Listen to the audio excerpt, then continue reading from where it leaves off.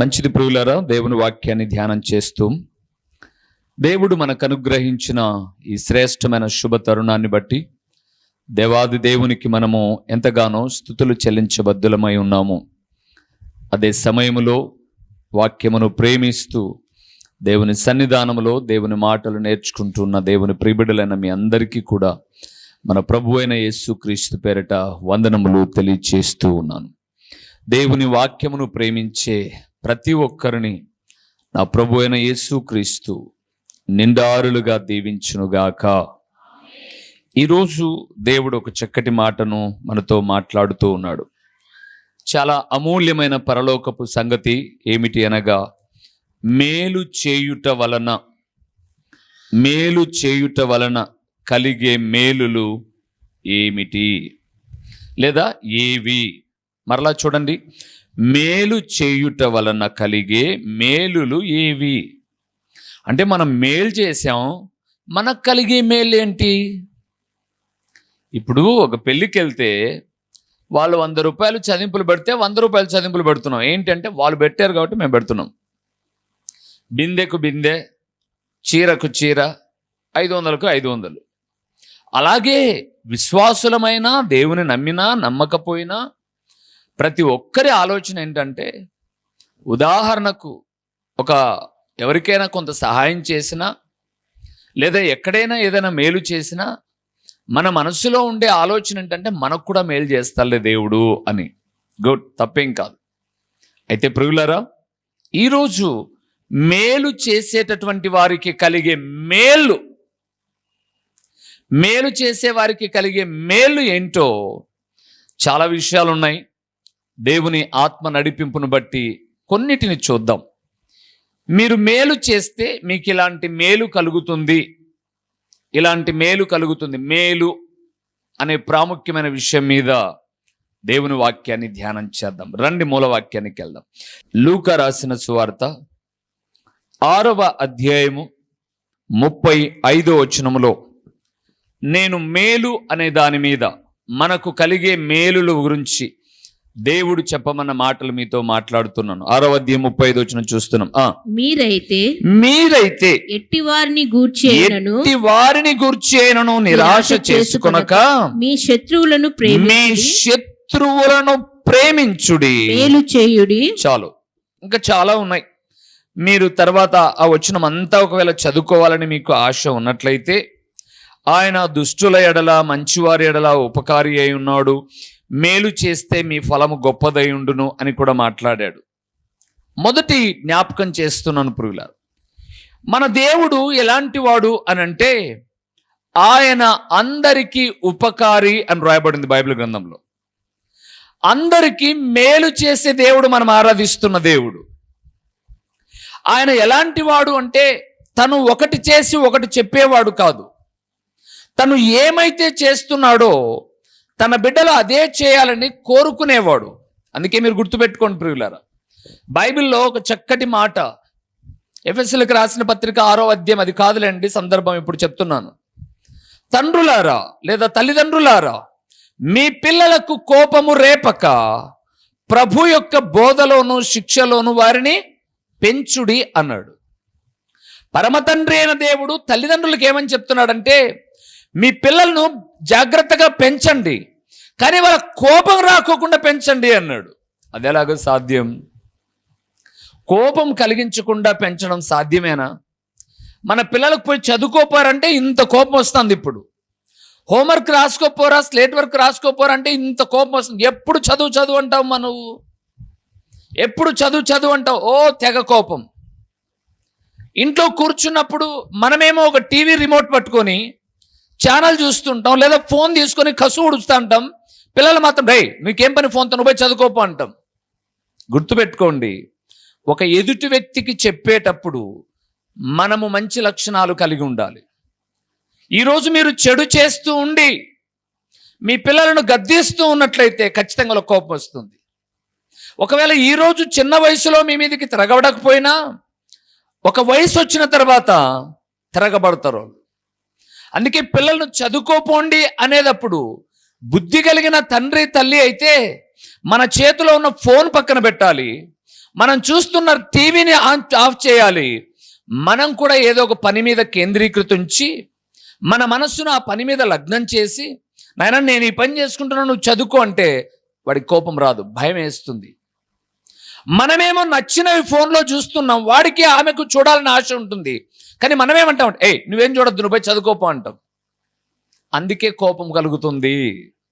ఇప్పుడు యేసు ప్రభుల వారు ఎలాంటి వాడు అంటే మేలు చేసే దేవుడు. అందుకే ఆయన మేలు చేయండి అని చెప్పాడు. ప్రభువునందు ప్రియులారా, మేలు చేస్తే ఏం కలుగుతుంది? ఈరోజు చాలా మంది ఆలోచన విధానం ఏంటంటే, ఒకరికి ఏదైనా ఇచ్చిన తర్వాత కూడా మనం ఏం ఆశిస్తామంటే వాళ్ళ నుంచి థ్యాంక్స్ అని చెప్పించుకోవాలని ఎదురు చూస్తాం. ఎవరికైనా దానం చేసినప్పుడు నువ్వు పుణ్యతల్లివి అమ్మా అని అనిపించుకోవాలని కోరుకుంటాం. అవసరంలా. దేవుడు ఈరోజు కొన్ని మంచి విషయాలు మనతో మాట్లాడుతున్నాడు. మేలు చేస్తే మనకు కలిగే మేలు ఏంటో చూద్దాం. వాక్య భాగంలోనికి వెళ్దాం. మొదటి విషయానికి వెళ్దాం.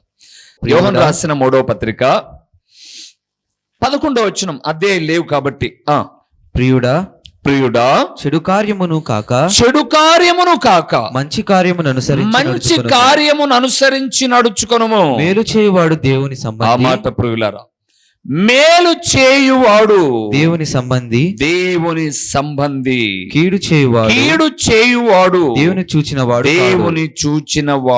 కాదు.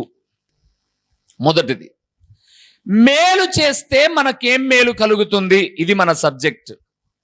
ఇన్ని మాటలు నొక్కి నొక్కి ఎందుకు చెప్తున్నానంటే, ఇప్పటిదాకా మనం ఏమైనా చెడు చేస్తూ వచ్చామేమో, ఈ రోజు నుంచైనా మేలు మాత్రమే చేసుకుంటూ వెళ్ళడానికి.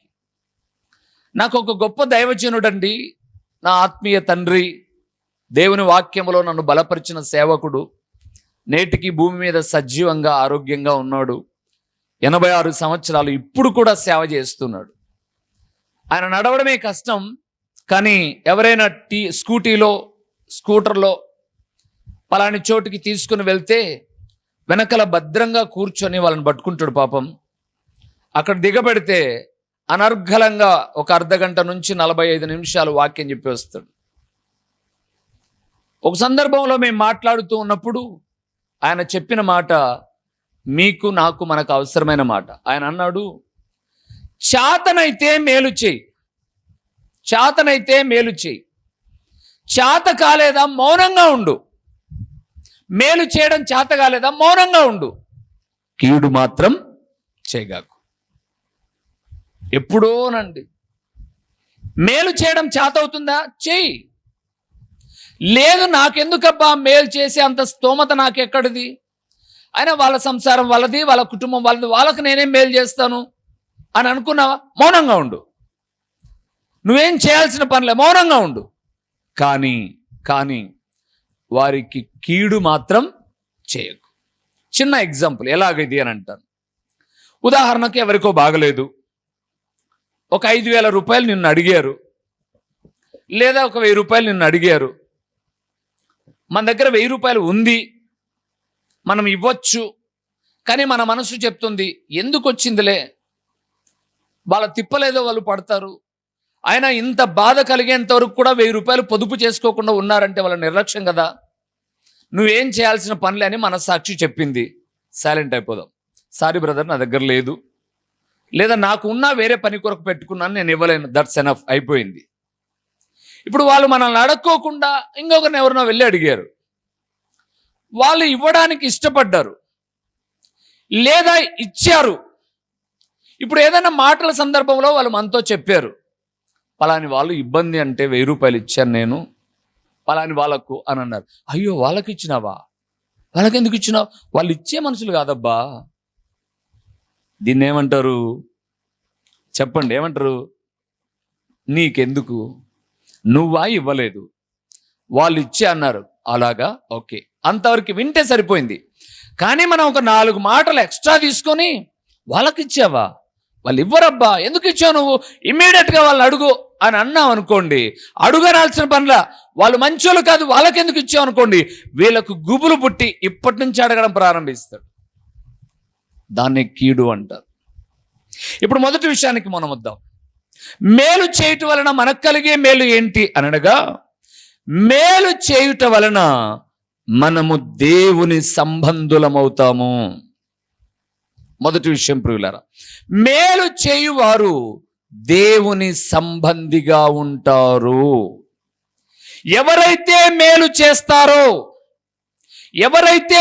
చేస్తారో, అందుకే ఈ 3వ యోహాను రాసిన పత్రికలో చాలా మంచి మాటలు చెప్పేటప్పుడు ఈ యోహాను గారి సంబోధన ఎలాగుంటుందో అండి తెలుసా అండి? ఆయన అంటాడు ప్రతి చోట ప్రియుడా అని అంటాడు. 2వ వచనంలో చూడండి, ప్రియుడా అని అన్నాడు. 5వ వచనంకి వచ్చేసరికి ప్రియుడా అన్నాడు. అలాగే 11వ వచనం వచ్చేసరికి ప్రియుడా అంటున్నాడు. అంటే ఎంత ఇష్టపడి మాట్లాడుతున్నాడు. దేవుని నమ్మిన ప్రియమైన కుమారుడా, కుమార్తె, నువ్వు మేలు చేస్తే నువ్వు దేవుని సంబంధివైతావు. ఓకే, అక్కడే 2వ లైన్ కూడా మనం చూస్తే, ఒకవేళ మేలు కాకుండా కీడు చేస్తే, ఓకే, ఆ విషయాన్ని మీకు జ్ఞాపకం చేస్తారు. యోహాను రాసిన మొదటి పత్రికకి వెళ్దాం. 5వ అధ్యాయము. యోహాను రాసిన మొదటి పత్రిక 5వ అధ్యాయము. చాలా చక్కటి మాటలు. 4వ అధ్యాయానికి వెళ్దాం. 4వ అధ్యాయం, యోహాను రాసిన మొదటి పత్రిక 4వ అధ్యాయము 4వ వచనాన్ని మనం చూద్దాం. చిన్న పిల్లలారా మీరు దేవుని సంబంధులు, మీలో ఉన్నవాడు లోకములో ఉన్న వాని కంటే గొప్పవాడు గనుక మీరు వారిని జయించి ఉన్నారు. చాలు. మరలా మాట 4వ వచనం చదువుతున్నాను నేను. మీరు చిన్నపిల్లలారా, వదిలేద్దాం. మీరు దేవుని సంబంధులు. మీరు 4వ అధ్యాయాన్ని చదువుకుంటూ వస్తే దేవుని సంబంధులు కాకుండా శరీర సంబంధులు కూడా అక్కడ ఉన్నారు. ఇప్పుడు చదవద్దులేండి, ఇప్పుడు వినండి. శరీర సంబంధులు కూడా అక్కడ ఉన్నారు. అంటే శరీర సంబంధులు ఎవరి సంబంధులు? వీరు అపవాది సంబంధులు. మీకు ఇప్పుడు అర్థమైపోయింది. కీడు చేసేవాళ్ళు ఇప్పుడు ఎవరి సంబంధులు? అంతే.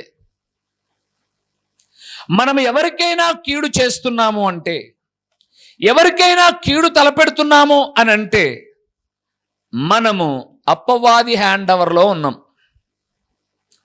అపవాదికున్న లక్షణాలు ఏంటో మనకు తెలుసు. అందుకే 4వ అధ్యాయాన్ని చదువుతున్నప్పుడు శరీర సంబంధులు, క్రీస్తు విరోధులు, అబద్ధ బోధలు, అబద్ధ ప్రవక్తలు, వీటన్నిటి గురించి మాట్లాడుతూ వస్తూ, మీరైతే దేవుని సంబంధులు కాబట్టి మీలో ఉన్నవాడు లోకములో ఉన్నవారి కంటే. ఎవడున్నాడు లోకములో? అపవాది ఉన్నాడు. ఎట్లా చెప్తారు అపవాది ఉన్నాడని? యేసు ప్రభుల వారు 40 దినాలు అరణ్యములో ఉపవాసం ఉండి ఊర్లోకి వస్తూ ఉన్నాడు. మొదటిగా రాళ్ళను రొట్టెలు చేసుకొని తిను అన్నాడు. అపవాది, నువ్వు శోధించాల్సిన పని లేదు, మనుషుడు రొట్టె వలన బతకడు అన్నాడు దేవుడు. రెండవది, ఎత్తైన ఒక భవనానికి తీసుకొని వెళ్ళాడు. దుముకు నీ కాళ్ళు భూమికి తగలకుండా దేవదూతలు వచ్చి పట్టుకుంటారు అన్నాడు. ఓకే, అక్కడ కూడా అపవాది పక్కకు పోనాడు. 3వ విషయానికి వద్దాం. అక్కడ అంటాడు, లోకరాజ్య మహిమలన్నీ చూపించి దీ మహిమ అంతా నాకు ఇయ్యబడి ఉంది, నా పాదాలను ముక్కితే ఇదంతా నీకు ఇస్తా. అంటే ఇప్పుడు ఎవరి చేతిలో లోకం ఉంది? అపవాది చేతుల్లో. ప్రియులారా, ఎప్పుడు వాడు ఎవరిని మింగుదునా అని గర్జించు సింహం వలె కలే తిరుగుతూ ఉంటే, నీవు ఎవరికైనా కీడు చేయాలంటే వాని చేతుల్లో ఉన్నారు. వాడి చేతుల్లో ఎవడైతే ఉంటాడో వాళ్ళు ఎంత ప్రార్థన చేసినా, ప్రాధేయపడినా మేలు చేయడం వాళ్లకు చేతనవ్వదు. మేలుకరంగా మాట్లాడడం వాళ్ళ చేత రాదు. అందుకే మీకు ఒక మాట చెప్పాను. ప్రార్థనకు వచ్చిన వాళ్ళు, ప్రార్థనలో కూర్చున్న వాళ్ళు, ప్రార్థన చేసేవాళ్ళు, పాట పాడేవాళ్ళు, దేవుని వాక్యం చెప్పేవాళ్ళు అందరూ మంచోళ్ళు అనుకోవడానికి వీల్లేదు ప్రియులారా. ఎందుకు?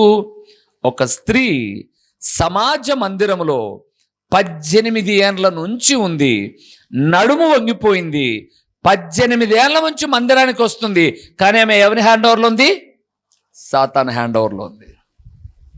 ఈరోజు ప్రియులరా, ఇక్కడికి వస్తున్నా మేలు చేయడం చేత కాకుండా కీడు చేయడానికి కారణం ఏంటంటే అపవాది చేతులలో ఉన్నారు. దేవుడు అంటున్నాడు, మీరు మేలు చేస్తే మీరు దేవుని సంబంధులవుతారు. దేవుని సంబంధులవుతారు. నేను దేవుని బిడ్డను, నేను దేవుని కొడుకును, దేవుని కూతురును అని చెప్పుకునే నీవు ఎవరికి మేలు చేస్తావు? ఈ లోకములో నీ వల్ల మేలు ఎవరు పొందారు? బైబిల్ గ్రంథంలో లూకాసు వార్త 7-8 అధ్యాయాలకు వెళ్తున్నప్పుడు, 2 అధ్యాయాలకు వెళ్తున్నప్పుడు ఒక యజమానుడు లేకపోతే ఒక శతాధిపతి కొంతమందితో చెప్పాడు, నా దాసుడు అనారోగ్యం చేత బాధపడుతూ ఉన్నాడు, మీ యేసు ప్రభుల వారిని వచ్చి బాగు చేయమను అని అడిగారు. అప్పుడు సమాజంలో ఉన్న వారందరూ చెప్పిన మాట ఏంటంటే, నీ వలన ఈ మేలు పొందుటకు అతడు అర్హుడు అన్నారు. యేసు ప్రభుకు చెప్తున్న రికమెండేషన్, నీ వలన ఈ మేలు పొందుటకు అతడు అర్హుడు. మనకు సమాజ మందిరము తానే కట్టించాడు. ఇక్కడికి వద్దాం. నీవు ఏం మేలు చేసావు దేవుని సంబంధి కావడానికి? రాసుకో. ఇంటికి వెళ్ళిన తర్వాత ఒక చార్ట్ చేసి, ఈ వైపున దేవుడి తరపున నువ్వు చేసిన మేలు, ఈ వైపున దేవుని కలిగి ఉండి నువ్వు చేస్తున్న కీళ్లు రాసుకో. మేలు ఏం కనపరవు ప్రియులారా? మేలు అంటే ఆదివారం చర్చికి వచ్చి 100 రూపాయలు కానుకేసిపోవడమా మేలు? నీ వల్ల ఏ కుటుంబం మేలు పొందింది? నీ వల్ల ఏ వ్యక్తి మేలు పొందాడు? నీ వల్ల ఏ కుటుంబం దీవెనకరంగా దీవించబడింది? అది మేలంటే. ఈరోజు ఎక్కడండి? దేవుని ఆరాధిస్తున్నాం, మన వల్ల ఇతరులకు కీడే జరుగుతూ ఉంది. మేము చెప్పగలం ప్రియులారా, దేవుని సేవకుడిగా ఎవరికి సాయం చేసే అంత సామర్థ్యము ధనధాన్యాలు లేకపోయినా ఈ దేవుని వాక్యం వల్ల అనేక కుటుంబాలను మేలుకరమైన మార్గంలో నడిపిస్తూ ఉన్నాం. నా ఎదుట కూర్చున్న ఈ 100 మంది అయినా మీరే కాదు ప్రియులారా, దేవుని మహాకృప అనేక మందికి మేలుకరమైన దేవుని సంగతులు చెబుతూ ఉన్నాం, కీడు విషయాలు హెచ్చరించడంలా. అందుకే మనం జీవించే జీవితంలో మనం చేసిన మేలు ఒక దినాన మన వెంట రావాలి అని అంటే మనం మేలు చేయాలి. మనం ఎవరి సంబంధులం అవుతాం? దేవుని సంబంధులం అవుతాం. రెండో విషయానికి వద్దాం ప్రియులారా, రోమీలకు రాసిన పత్రిక 12వ అధ్యాయము, మేలు చేయుట వలన మనకు కలిగే మేలేంటో 12వ అధ్యాయము 21వ వచనాన్ని మనం చూద్దాం. రోమీలకు రాసిన పత్రిక 12వ అధ్యాయము 21వ వచనాన్ని మనం చూద్దాం. కీడు వలన జయింపబడక మేలు చేత కీడును జయించుము. చాలు. మేలు చేయుట వలన కలిగే రెండవ మేలు ఏంటంటే, మేలు మనము చేస్తూ ఉంటే కీడును జయించగలుగుతాము. మేలు చేస్తుంటే ఏం చేస్తాం? మనము కీడును జయించగలుగుతాం. అందుకే ఈ మాటను చూస్తున్నప్పుడు కీడు వలన జయింపబడక అన్నాడు ప్రారంభంలోనే. అవునా? కీడు వలన జయింపబడక మేలు చేత కీడును జయించు. ప్రభునందు ప్రియులారా, మనం ఎప్పుడైనా జయ జీవితం కావాలి అంటే మేలు చేసి మనుష్యుల హృదయాలను గెలుచుకోవాలండి. కీడు చేసి కాదు. వీడు పెద్ద దౌర్జన్యపరుడబ్బా, వీడు పెద్ద రౌడీ అబ్బా, ఈ అమ్మాయి పెద్ద నోటి దూరమ్మా అబ్బాయమ్మా అని చెప్పి భయపడి లోబడ్డం కాదు. ఆ వ్యక్తి యొక్క మేలుల ద్వారా మన హృదయాన్ని గెలుచుకోవడం నేర్చుకోవాలి. అందుకే పౌలు భక్తుడు రోమా రాసిన పత్రికలో చాలా మాట్లాడుతూ 20వ వచనంలో అన్నాడు, అక్కడే నీ శత్రువు ఆకలి కొని ఉంటే అతనికి భోజనం పెట్టుము, దప్పికొని ఉంటే దాహమిమ్ము, అలాగు చేయుట వలన అతని తల మీద నిప్పులు కుప్పగా. ఇప్పుడు తిరిగి మీరు రోమీలకు రాసిన పత్రికకు రండి. 12వ అధ్యాయం 20వ వచనానికి, మీ శత్రువు ఆకలి కొని ఉంటే అతనికి మీరు భోజనము పెట్టుడి, కీడు వలన జయింపబడక మేలు చేత జయించుడి. ఇశ్రాయేలు రాజు అంటున్నాడు సేవకుడైన ఎలీషాతో మాట్లాడుతూ, నాయనా వీళ్ళని కొట్టమంటావా, వీళ్ళు మన ఊర్లోకి వచ్చారు, చుట్టూ సైన్యం ఉంది, మధ్యలో ఇరక్కపోయారు, కొట్టమంటావా అని అడిగాడు. ఎలీషా ఏం మాట్లాడుతున్నాడు? దొరికినారు దంచయ్ అన్నాడా? ఆయన అలాగ మాట్లాడాల. ఆయన అంటున్నాడు, వీడిని కొట్టడమా ఇప్పుడు ముఖ్యం, వీళ్ళందరికీ భోజనం చేసి పెట్టు అన్నాడు. ప్రియులారా, ఆ దినాలలో రాజులు దీవించబడడానికి కారణం ఏంటంటే, రాజుల చేతుల్లో పాస్టర్లు లేరు, పాస్టర్ చేతుల్లో రాజులు ఉన్నారు. ఈరోజు చాలా మంది ఏమనుకుంటున్నారంటే మా హ్యాండ్ ఓవర్లో ఉండాలనుకుంటున్నారు. కలగనాలు ప్రియులారా, నేను ఇలాగ పీకైనా తెంపుకుంటా గాని ఒకరి చేతులలో బ్రతకనండి నేను. కారణం ఏంటో తెలుసా? నా పోషకుడు, నేను ఆరాధిస్తున్న పరమ తండ్రి ఆయన. అందుకే నా మాటలలో టెంపో దగ్గర చూసుకోండి ప్రియులారా. నేను ఇదే అడుగుతాను ప్రభువును, దేవా నువ్వు నాకు ఇచ్చే ఆరోగ్యం అంతా కూడా ఇదే స్వరముతో మాట్లాడాలి ప్రభువా. ఒకవేళ నేను మాట్లాడలేనప్పుడు దానికన్నా నన్ను నీ దగ్గరికి తీసుకో. ఎలీషాను రాజు అడుగుతున్నాడు, నాయనా వీళ్ళని కొట్టేదా, వీళ్ళు చుట్టూ ఉన్నారు కొట్టేదా అని అడిగి, దావీదు నాతానుని అడుగుతున్నాడు, నేను మందిరం కట్టమంటావా, లేకపోతే నా కుటుంబాన్ని ఎలా కట్టుకోమంటావు అని రాజైన దావీదు మహారాజు ఎవరిని అడుగుతున్నాడు? ఒక చిన్న పాస్టర్ని అడుగుతున్నాడు. నువ్వు పాస్టర్ మీద కౌంటర్లు వేద్దాం అనుకుంటున్నావా? నేను ఆరాధిస్తున్న దేవుడు, నిలబెట్టుకున్న సేవకుడు, నీ దయాదాక్షిణ్యాల మీద బ్రతికేవాడు కాదు. గుర్తుపెట్టుకో ప్రియులారా. ఎలీషా అంటున్నాడు, కొట్టద్దు, వాళ్ళకి అన్నం పెట్టు అన్నాడు. మీరు బాగా చూడండి, సేవకుని మాట విని ఇశ్రాయేలు రాజు అందరికీ ఆహారం వడ్డి పెట్టాడు. అక్కడ మనం చూసాం 23వ వచనంలో, నాట నుండి ఆ రోజు నుంచి వాళ్ళు బతికిన దినాలన్నీ కూడా సిరియనులు ఇశ్రాయేలు మీదికి వచ్చారు, రాలేదా? ఎందుకు? మేలుకున్న శక్తి అది, కృతజ్ఞత కలిగిన జీవితం అది ప్రియులారా. అందుకే గుర్తుపెట్టుకోండి, మనం మేలు చేశాము అని అంటే కీడును జయించగలుగుతాం. మేలు చేయాలండి, కీడు మాత్రం చేయొద్దు ప్రియులారా. ఇప్పటిదాకా మీరు తెలుసో తెలియకో చేశారేమో, ఈరోజు చేతులు కడుక్కోనండి ప్రభు దగ్గర. చాలు ప్రభువా, ఇంతవరకు బ్రతుకుతూ ఉన్నాం, నీ దయాదాక్షిణ్యాల మీద జీవిస్తూ ఉన్నాం, మేము మా కుటుంబాలు సమృద్ధిగా ఉన్నాం. ఇంకా ఒక 10 ఏళ్ళు పని చేయకపోయినా, ఒక 10 ఏళ్ళకు సరిపడా డబ్బులున్నాయి, ఆస్తులున్నాయి, స్థలాలు అమ్ముకోనైనా బ్రతుకుతాం, పొలాలు అమ్ముకోనైనా బ్రతుకుతాం, కానీ ఇంకా కీడు చేయం ప్రభువా. ఇలాగ అనుకున్న వారిని దేవుడు సంబంధులుగా ఎంచుతాడు ప్రియులారా. దేవుడు సంబంధులుగా ఎంచుతారు. ఒక వాక్యం, ఒక మాట అండి. ఈ మధ్య ఒక ఆమె నాతో మాట్లాడుతూ ఉంది, అయ్యా మీ చర్చిలో ఒకరి దగ్గరికి వెళ్ళి మేము డబ్బులు అడిగాం, మా ఇంట్లో కార్యం ఉన్నింది, మేము వెళ్ళి డబ్బులు అడిగాం, అమ్మ వడ్డీకి డబ్బులు ఇవ్వండి, 5 రూపాయలైనా పర్లేదు, 6 రూపాయలైనా పర్లేదు, మా అవసరత అలాంటిది అంటే వాళ్ళు అన్నారంట, మా సేవకుడు వాక్యం చెప్తున్నాడు, మేము వడ్డీ వ్యాపారం చేయట్లా అని. మీరు నమ్మండి ప్రియులారా, బిర్యానీ తిన్నంత కన్నా ఆ మాట నాతో మాట్లాడితే ఫోన్లో నా మనస్సు ఎంత ఉప్పొంగిందంటే, ఒక్కరు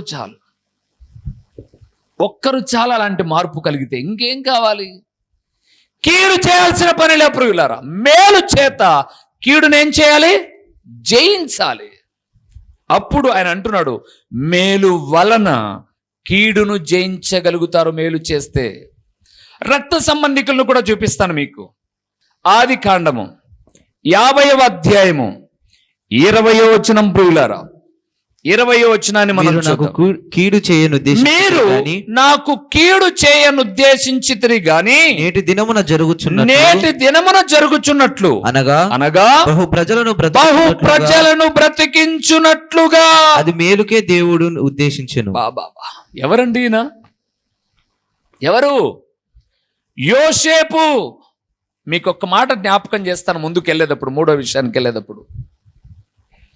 యోసేపును అన్నలు ఎలాగ హింస పెట్టారో, ఎలాగా కొట్టి గుంటలో పడేశారో, మిద్యానులకు అమ్మేశారో తెలియని పసిబాలుడా? జ్ఞానం కలిగిన వాడే. 13 సంవత్సరాలప్పుడు యోసేపు జీవితంలో ఇది జరిగాయని చరిత్రకారులు అంటారు. 13 సంవత్సరాలంటే మంచేదో చెడేదో. ఈ రోజే ఎవరైనా బంధువులు అనబడేవారు తమ తల్లిదండ్రులకు మేలు చేయకపోతే పిల్లలు వారితో కలిసి ఉండడానికి ఇష్టపడ్డంలా నేను గమనిస్తూ ఉన్నాను. అంటే ఆ పిల్లలు 10-12 సంవత్సరాల వయసుకే మా అమ్మను వీళ్ళు బాధ పెడితేనో, మా నాన్నను వీళ్ళు బాధ పెడితేనో, మా అబ్బను వీళ్ళు బాధ పెడితేనో, మా జేజిని బాధ పెడితేనో, వీళ్ళతో మాట్లాడకూడదనే ఆలోచనలోనికి వచ్చేస్తే, యోసేపు 13 సంవత్సరాల వయసు కలిగినప్పుడు ఈ కార్యాలు జరిగితే యోసేపు కూడా అన్నలను గుర్తుపట్టాడు. ఊరికి వచ్చినాక ఏం చేయాలి ఇప్పుడు? వాళ్ళ మీద ఒక నింద కూడా పడింది. మీరే కదా మాకు డబ్బు లేకుండా ధాన్యం తీసుకుపోయి మీ సంచుల్లో డబ్బులు పెట్టుకునింది అని అడిగితే, అయ్యా మేము కానే కాదు అని సాగిలపడ్డారు. వీళ్ళందరినీ చెరసాల్లో పెట్టి, యోసేపుకు అన్నలు తెలుసు, అన్నలకు యోసేపే తమ్ముడని తెలియదు. కొరడా తీసుకొని ఈపులు చీల్చేయచ్చండి. కానీ యోసేపు చేయలా, మేలే చేశాడు.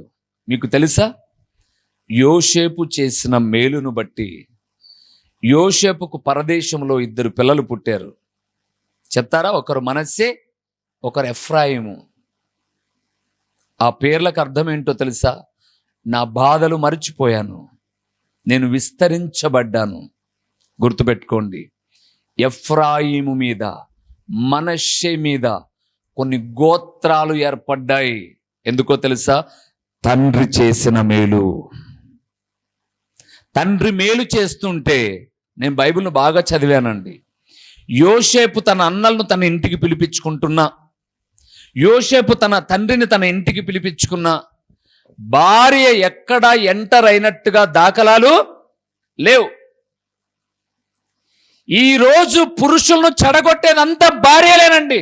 మీరేమన్నా అనుకోండి, ఇంకా మీలో ఉన్న అసూయ వాళ్ళకు నూరిపోస్తూ ఉంటారు. మీరు అందరూ కాదులండి, మెనీ పీపుల్స్, ఎక్కువ శాతం. తప్పు. యోసేపు బిడ్డలు దీవించబడ్డారు అని అంటే యోసేపు చేసిన మేలు వెనక భార్య సహకారము కూడా ఉంది.